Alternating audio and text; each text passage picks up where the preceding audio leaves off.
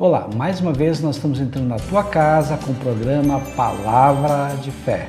É com muita alegria que nós apresentamos esse programa e hoje nós vamos fazer uma reflexão na Palavra de Deus lá em João, capítulo 15, versículo 16.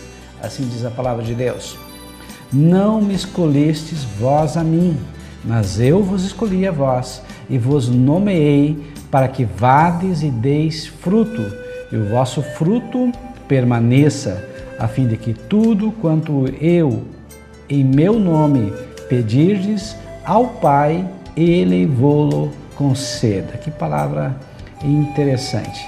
Primeiramente, nós temos que tentar entender em qual situação Jesus está falando esta palavra. A partir do capítulo 13 do Evangelho de João, nós temos a ceia do Senhor, estamos na semana que antecede a paixão de Cristo, ou seja, a semana que Jesus vai morrer, vai ser sacrificado na cruz do Calvário.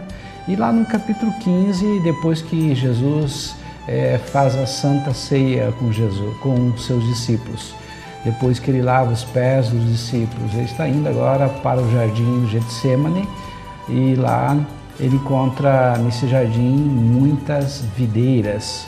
Então nós temos que entender que Jesus estava olhando agora para as videiras, Jesus estava olhando agora para as uvas que já estavam nos cestos, já tinham sido colhidas e estavam falando para os seus discípulos então sobre essa passagem.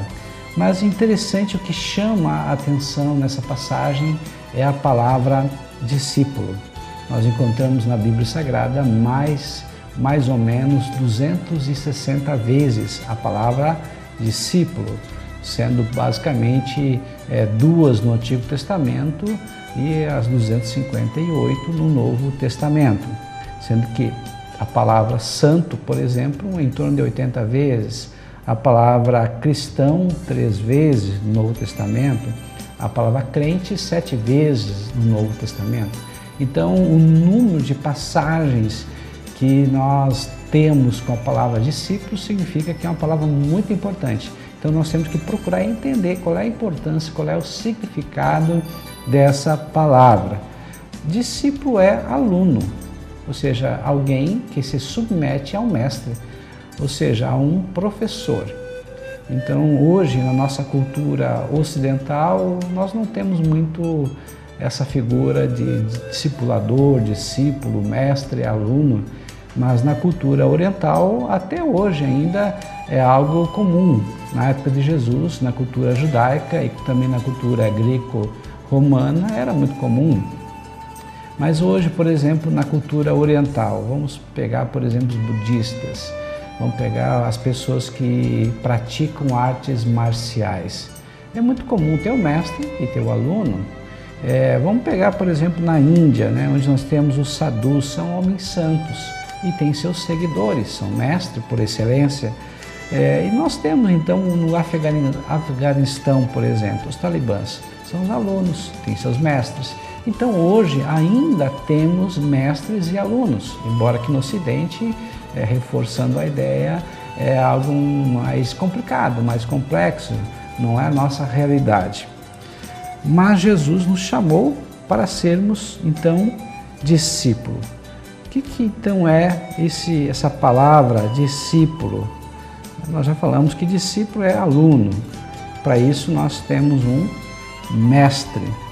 Algo muito interessante é que há características nesse chamado e nessa passagem que nós encontramos, nós podemos tirar algumas características para sermos verdadeiros discípulos de Jesus.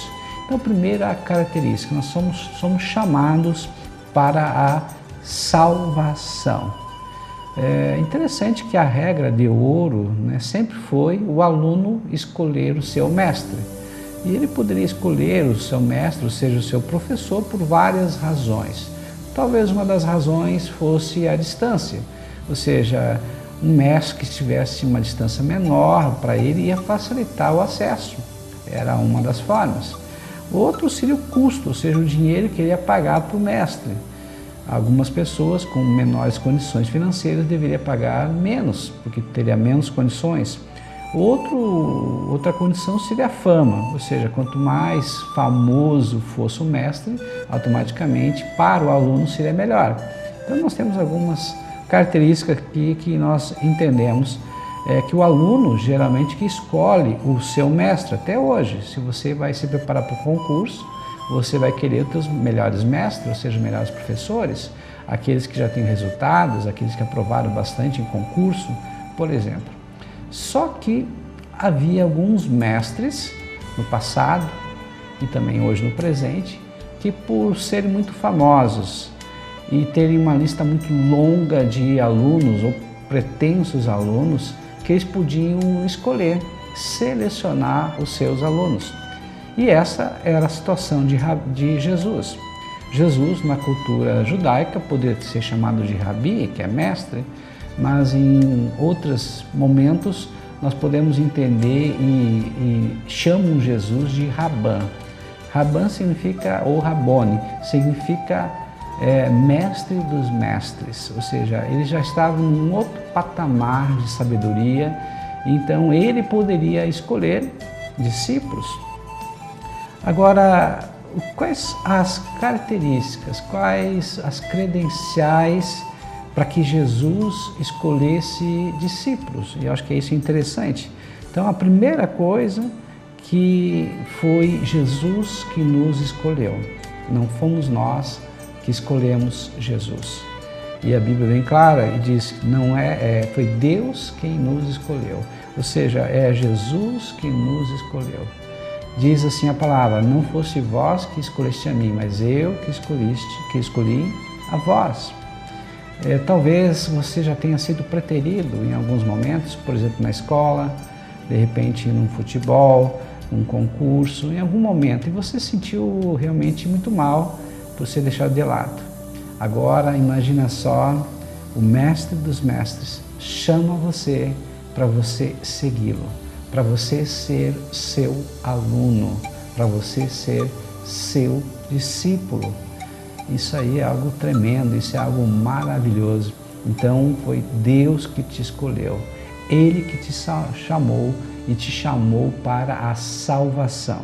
Então, primeira característica, foi Deus quem te escolheu. Se você é discípulo do Senhor Jesus, saiba no teu coração, aquieta teu coração, foi Deus quem te escolheu. Não foi você que escolheu a Deus, mas é Deus quem te escolheu. A segunda característica bem interessante é que nós somos chamados para nomeação, ou seja, há uma indicação, há uma designação de Deus. E toda designação de Deus ela é perfeita. Por quê? Porque Ele nos conhece, Ele conhece a nossa estrutura, sabe quem realmente nós somos. Eu já falei em outras oportunidades que há 3 imagens que nós temos. A primeira imagem é quem eu penso que eu sou, isso é imaginação. A segunda imagem é o que os outros pensam que eu sou, isso é reputação. E a terceira é o diagnóstico, ou seja, aquilo que Deus sabe que realmente eu sou. Então, como Deus ele é perfeito, Ele nos conhece a nossa estrutura, Ele nos chamou, nos indicou, porque Ele tem uma missão para nós cumprirmos essa missão. Então, há uma missão, há um ministério, há uma função. Você conhece a tua missão? Você sabe por que Deus te chamou? Primeiro, então, você foi chamado para a salvação. Foi Deus que te chamou. Não foi você que escolheu a Deus. Ele que te escolheu, Ele te selecionou. Segundo, Ele te chamou para uma indicação, para uma nomeação, para algo muito importante. Terceiro, o chamado de Deus é para cumprir uma missão, ou seja, vades. Esse vades, significa que nós somos enviados. Dá uma ideia apostólica, aquele que vai, aquele que é chamado, aquele que é designado para cumprir uma missão. Nós temos, por exemplo, soldados que é dado uma missão para cumprir. E como diz no jargão policial, no jargão militar, missão dada é missão cumprida. Se a missão ela é legal, o soldado ele presta continência e diz, estou indo, Senhor, já vou cumprir. Sim, Senhor, eis-me aqui. Então o soldado ele tem uma missão, ele cumpre uma missão. Um embaixador, ele é um representante do seu país em terra estranha, em outra terra, também cumpre uma missão. Mas qual é a nossa missão em primeiro lugar? Lá em Atos, capítulo 1, versículo 8, a Bíblia diz que Deus nos chamou para uma missão. Qual é essa missão? É levar a palavra de Deus a toda criatura. Primeiramente em Jerusalém, depois Judeia, depois Samaria, depois confins da terra. O que significa essa palavra que está em Atos capítulo 1, versículo 8? Significa que nós temos que levar a palavra de Deus primeiramente à nossa família, às pessoas que estão em nossa casa. Segundo lugar, aos nossos vizinhos. Terceiro lugar, às pessoas que trabalham conosco, que convivem conosco. E por fim, aonde Deus me mandar. Então, essa é a forma de eu cumprir o ID do Senhor Jesus, quando eu faço o que Ele me chamou. E para que Ele me chamou? Para levar as boas novas do reino de Deus. E quais são as boas novas do reino de Deus? Primeiro, eu tenho um Deus que me ama. Segundo, eu sou pecador, então estou longe de Deus, preciso de um Salvador, por isso Ele me chamou para Cristo. Então Cristo veio, se sacrificou, morreu em meu lugar, pagou a punição que me era devida, que era a morte, que era a separação de Deus. Então eu aceito o Senhor Jesus e eu sou salvo. Essa é a missão, essas são as boas novas. O quarto chamado, Deus me chamou para a frutificação. Isso dá uma ideia de fruto colhido. Então, o fruto, seja a uva, já está no cesto. O que é isso? Significa vidas transformadas. Muito interessante a palavra transformadas. Em Romanos 12, 2, diz que o Senhor nos chamou para sermos e ter uma mente transformada. O que é uma mente transformada? Aí vai além da forma, ou seja, uma mente que não pensa como os outros pensam, não age como os outros agem, não é marionete. Uma mente que filtra e julga todas as coisas, julga as palavras, julga as emoções, julga o sentido de todas as coisas. Ou seja, a frutificação então é nós entregarmos a nossa vida através do nosso testemunho de vida. A mudança que Deus faz na minha vida, em primeiro lugar, essa mudança eu vou testemunhar para outras pessoas. Se o Evangelho é o poder de Deus que transforma vidas, a transformação da minha vida vai ser a primeira coisa que eu vou pregar. Eu não vou pregar religião, não vou pregar a igreja, mas eu vou falar do que Deus tem feito na minha vida. E isso sim faz com que outras pessoas se interessem realmente pelo Evangelho e queiram também ter sua vida transformada. Ou seja, aquele buraco, aquele vazio existencial que todas as pessoas têm é preenchido no momento em que Jesus entra e a vida começa a ter sentido. Não significa que nós não vamos ter mais lutas, não significa que os problemas acabaram, não. Os problemas continuam, vamos ter lutas, vamos ter perdas, mas nós sabemos que Deus está conosco. E aí o que acontece? Nós sabemos que temos solução, não estamos sozinhos. Deus não nos abandonou.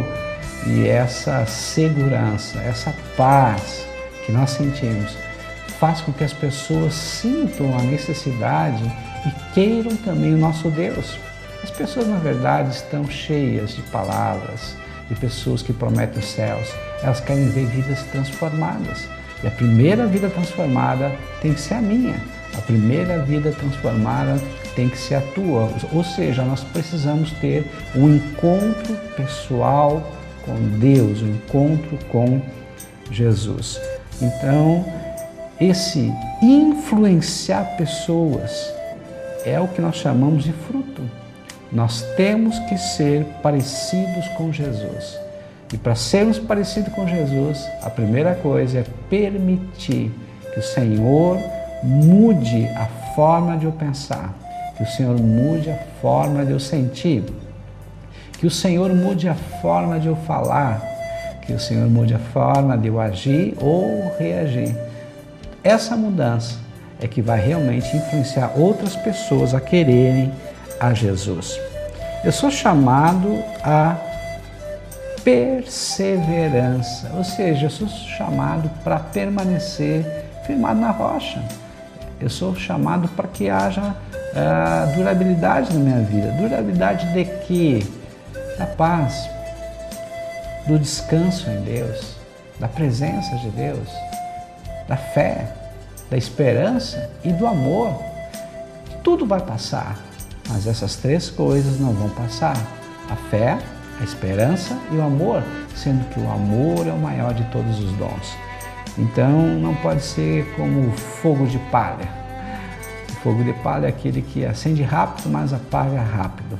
O nosso chamado é para nós perseverarmos e perseverarmos até o fim, pois a palavra de Deus diz que aquele que perseverar até o fim, esse será salvo. Então o que nós aprendemos? Que a corrida cristã, na verdade, para sermos discípulos de Jesus, não é uma corrida rápida, mas é uma maratona. Eu preciso ter resistência. Não é quem chega primeiro, mas é quem chega até o final. Somos chamados também para oração. Muito interessante, porque Jesus disse, em meu nome, ou seja, em nome de Jesus, nós temos que orar, nós temos que pedir para Deus. Nós temos então uma missão de pregar o Evangelho, de falar das boas novas do Evangelho. Essa é a nossa missão. Mas para cumprirmos essa missão dia após dia, nós não podemos deixar de ligar para Deus, nós não podemos deixar de nos comunicar com Deus. Como é que nós nos comunicamos com Deus? Nós passamos um WhatsApp? Nós pegamos o nosso celular e ligamos? É claro que não. A forma que Deus instituiu para nós falarmos com Ele é através da oração. Quando eu leio a palavra, Deus fala comigo. Quando eu oro, eu falo com Deus. Mas não é para falar de qualquer forma. É para falar, é para pedir em o nome de Jesus. O que nós podemos compreender? O que significa em o nome de Jesus? Quando alguém falava em nome de outra pessoa, ou vinha e se apresentava num outro reino em nome de outra pessoa, ele estava dizendo, eu estou vindo na autoridade dessa outra pessoa. Ou seja, quando nós oramos em nome de Jesus, nós estamos falando ao Pai, em o nome de Jesus, ou seja, na autoridade do nome de Jesus, na obra que Ele fez e principalmente na obra que Ele está fazendo, na obra mediadora, porque Jesus é o nosso mediador, é Ele que faz a mediação entre nós e o Pai. Ele, na verdade, é o caminho, Ele é a ponte que nos liga ao Pai. A Bíblia diz que, lá em Hebreus, que Ele é o nosso sumo sacerdote. Então, na verdade, quando falamos em nome de Jesus, estamos falando na autoridade de Jesus.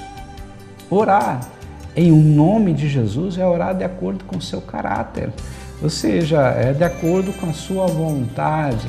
Eu posso pedir tudo para Deus, aquilo que a Bíblia diz que eu posso pedir, ou seja, dentro da palavra de Deus. Jamais posso orar alguma coisa que vá contra a palavra de Deus, porque a palavra de Deus diz que a vontade de Deus ela é boa, agradável e perfeita. Quando eu oro de acordo com a vontade de Deus, estou orando de acordo com o seu caráter.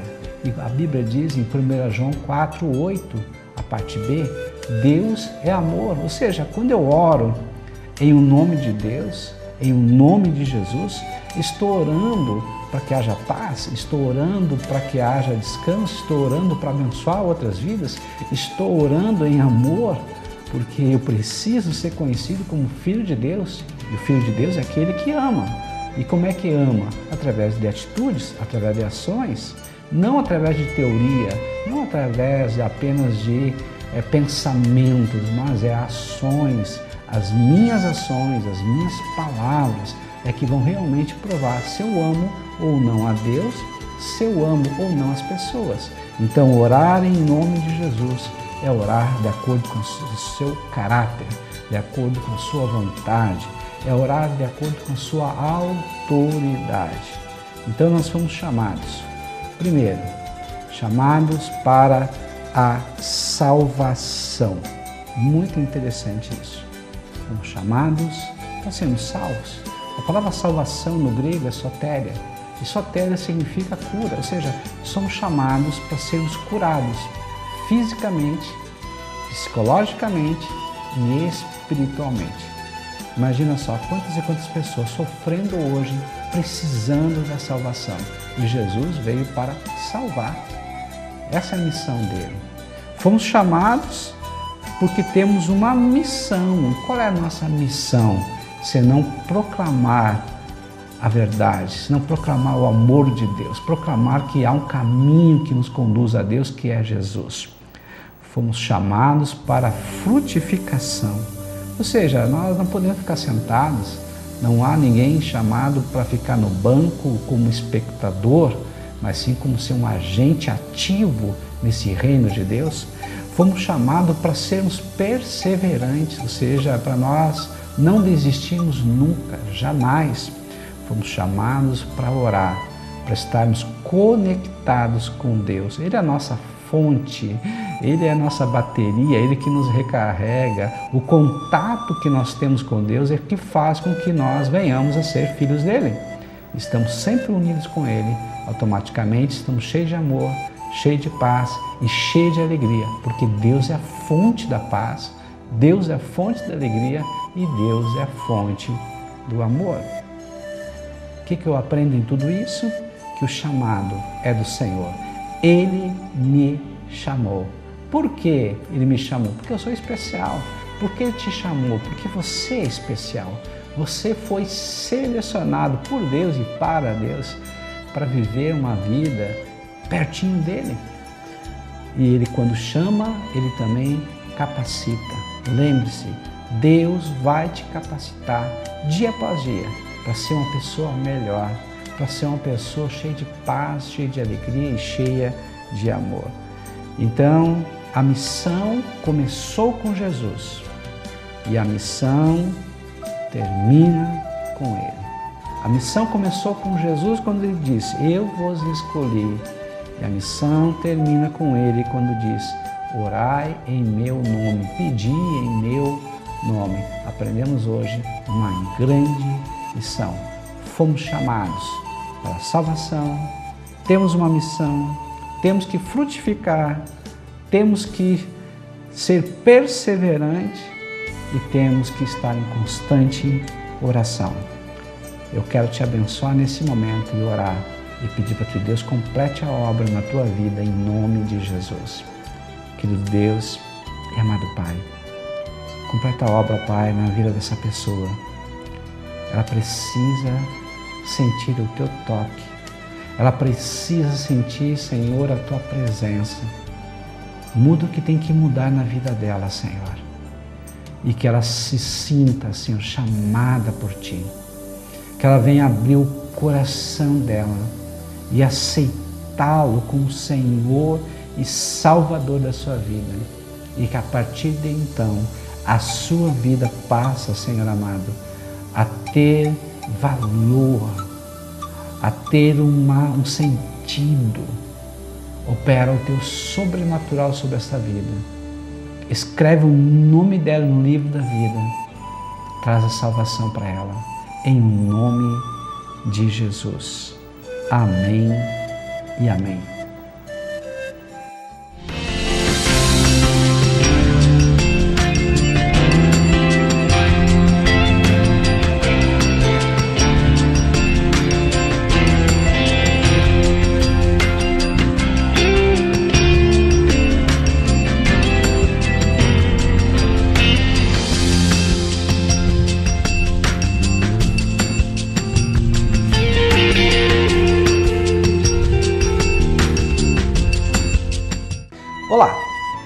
sou o pastor Adão Lemos, do Instituto Teológico Batista Catarinense. Eu quero te convidar para um curso de teologia. Esse curso tem duração de 2 anos, acontece todos os domingos, das 9 às 11h30, na faixa velha de Camobi, RS 509, número 3278, na Igreja Batista Vida Nova de Camobi, no Pé de Plátano. Você é o nosso convidado especial.